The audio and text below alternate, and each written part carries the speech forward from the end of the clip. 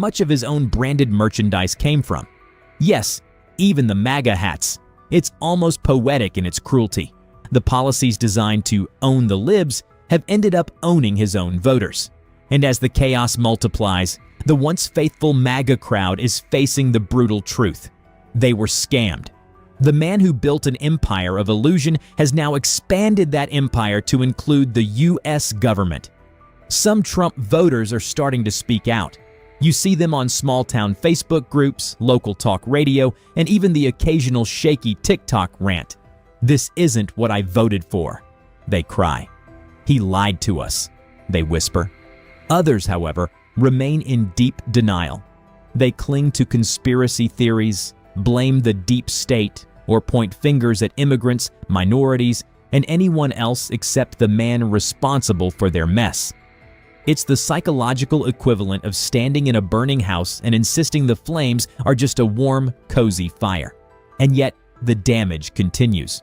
From crumbling infrastructure to gutted environmental protections to the staggering erosion of America's global credibility, the ripple effects of their choice grow larger by the day. Meanwhile, Kamala Harris, who was once dismissed as too ambitious, too opinionated, too everything, remains a reminder of what could have been. A presidency marked by competence, empathy, and reasoned decision-making was within reach. Instead, they rolled the dice on chaos. The big question now?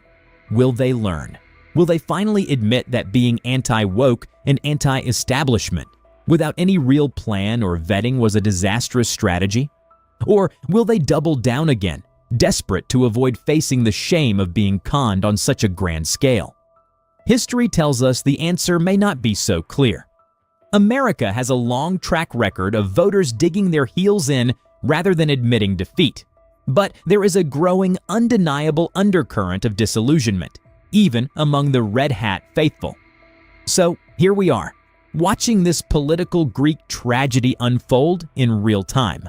The orange business failure is now the orange political failure. What he promised on those raucous campaign trails is turning out to be the opposite of what he's delivering. What do you think happens next? Are we watching the slow collapse of the MAGA movement? Or is there another wild twist waiting just around the corner? Drop your thoughts in the comments. I want to hear every fiery, unfiltered opinion. And if you want more sharp... See, this wasn't just any vote. This was personal for many of them. They weren't just trying to make America great again, they wanted to make others suffer. That's why they voted massively against a highly qualified, brilliant candidate who was more than prepared to lead this country in the right direction: Kamala Harris. Say what you will, but Kamala had the plans, the policy expertise, the poise, and the understanding of what American families and workers truly needed. She represented progress. She embodied the future, and for that, she became a lightning rod for hate. These voters scoffed, sneered, and booed. They didn't want change, they wanted revenge. And so they handed the keys to the most reckless driver imaginable, a man whose business failures could fill an entire season of Shark Tank bloopers. The man who bragged about being a master negotiator while simultaneously racking up a laundry list of bankruptcies, unpaid contractors, and failed ventures that left ordinary workers holding the bag. The man who now occupies the Oval Office and has unleashed executive orders like missiles, only to discover that most of them are boomerangs. The cruelest irony? They're now landing squarely on the very people who cheered him into power. Nobody knows more about taxes than I do, and income than I do. Nobody knows more about construction than I do. Nobody knows more about campaign finance than I do. Nobody knows consultants better than me. I know more about drones than anybody. Nobody knows much more about technology, this type of technology, certainly, than I do. Nobody in the history of this country has ever known so much about infrastructure as Donald Trump. I know the H-1B. I know the H-2B. Nobody knows it better than me. I know more about ISIS than the generals do, believe me. Nobody understands the press, but I think I understand them as well as anybody. I understand things. I comprehend very well, okay? Better than, I think, almost anybody. Nobody knows more about environmental impact statements than me. And I think I know more about the environment than most people. I know a lot about wind. I know a lot about wind. You know, I know windmills very much. I've studied it better than anybody. I understand the power of Facebook, maybe better than almost anybody. I know more about renewables than any human being on Earth. Nobody knows more about polls than me. I know more about courts than any human being on Earth. I know more about steelworkers than anybody that's ever run for office. I know more about golf than Obama knows. And, in the case of Turkey and the Kurds, I could go into a whole story because I understand it, I think, better than most. Guy talks about, I know Scranton, I know that. Well, I know the place is better. Nobody knows more about banks than I do. Nobody knows more about trade than me. Well, obviously, he doesn't know about nuclear weapons. I know more about nuclear weapons than he'll ever... I understand the tax laws better than almost anyone. Who knows more about lawsuits than I do? I'm the king. I know more about offense and defense than they will ever understand. And nobody even understands it but me. It's called devaluation. I understand money better than anybody. I understand the system better than anybody. Nobody knows more about debt than I do. Nobody knows the game better than me. I know more about contributions. I understand politicians better than anybody. Nobody knows politicians better than me. Who knows the other side better than me? I was the fair-haired boy. Nobody knows more about it than me. I know a lot. I know more than I'm ever going to tell you. And let's talk about those promises, shall we? He vowed to protect Social Security. Instead, cuts are on the table. He claimed he'd deliver better, cheaper healthcare. Instead, premiums skyrocketed, and protections for pre-existing conditions teetered on the edge of destruction. He promised to bring back American manufacturing. Instead, plants closed and jobs moved overseas faster than you can say, made in China.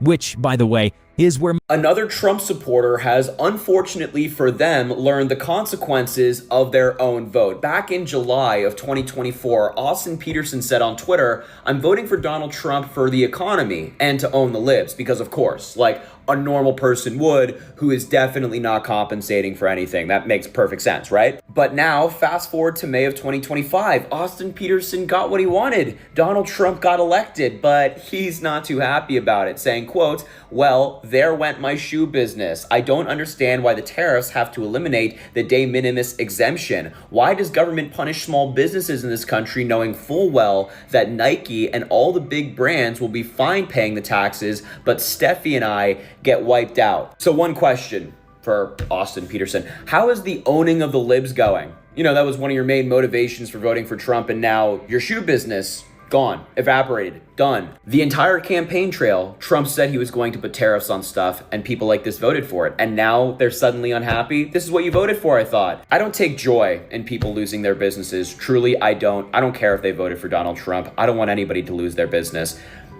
I'm a Democrat with a little bit of money. You know what I'm doing with my money? I'm buying up MAGA homes. Here's what I mean by that. I literally go and find the tax foreclosures in towns that have MAGA people living in them, and I buy them. And I'm going to kick them out of their houses. That's what I'm going to do. I am so fed up with MAGA that I have turned, my good side of me has went totally evil. I don't care anymore. I am going to find every way to make MAGA lives shitty. So I'm going to start buying up your homes and kicking you out of them. Enjoy. Buckle up, folks, because we are witnessing one of the greatest political backfires in modern American history. It's the kind of plot twist that even Hollywood wouldn't dare write, because honestly, it feels too absurd to be real. A good number of Trump voters, the loudest, proudest, red hat-wearing crowd, are now staring into the cold, hard reality of their own choices. Their savior, the man they anointed as the ultimate outsider, the billionaire businessman who was supposed to drain the swamp and rescue the nation, has instead handed them misery on a silver platter, along with a tall glass of regret. Donald Trump will go down in history as the worst president in American history. And these past 100 days, like the past 4 months since Inauguration Day, will also go down in history as the worst 100 days in American presidential history. Okay? Now, the cherry on top is that you dumb motherfuckers are always going to be remembered as the assholes who were duped into voting for it. Do you understand that? You understand that when the history books look back at you, the MAGA voters, they're gonna think, oh my God, how were these people that fucking stupid? You understand? Like, your kids are gonna be like, hey, mommy, daddy, who did you vote for during the descent into fascism? And you're gonna have to be like, I voted for the fascist. Well, and here's the funny part. Millions of you are abandoning MAGA all at once, right? And you're going to keep on abandoning MAGA, but you're going to do it quietly, in shame, because you're embarrassed to have supported this shit in the first place. But here's the kicker. We're not going to let you move on. We're not going to let you forget, and we're sure as shit not going to forgive. Your kids are going to know what you did. That's right, we are going to make sure of that. Anyway. You stand for everything that is going on in our country right now. That you stand for all these tariffs. That you stand for this mass deportation. How can someone this stupid be in office running the United States? Trump, who thinks the toy company Mattel is a country. He thinks it's a country. Roll the tape. Mattel, I don't know, I'm not so sure. They also said, they're the only country I've heard, they said, well, we're going to go counter. We're going to try going someplace else. That's okay. Let him go, and we'll put 100% tariff on his toys, and he won't sell one toy in the United States, and that's their biggest market.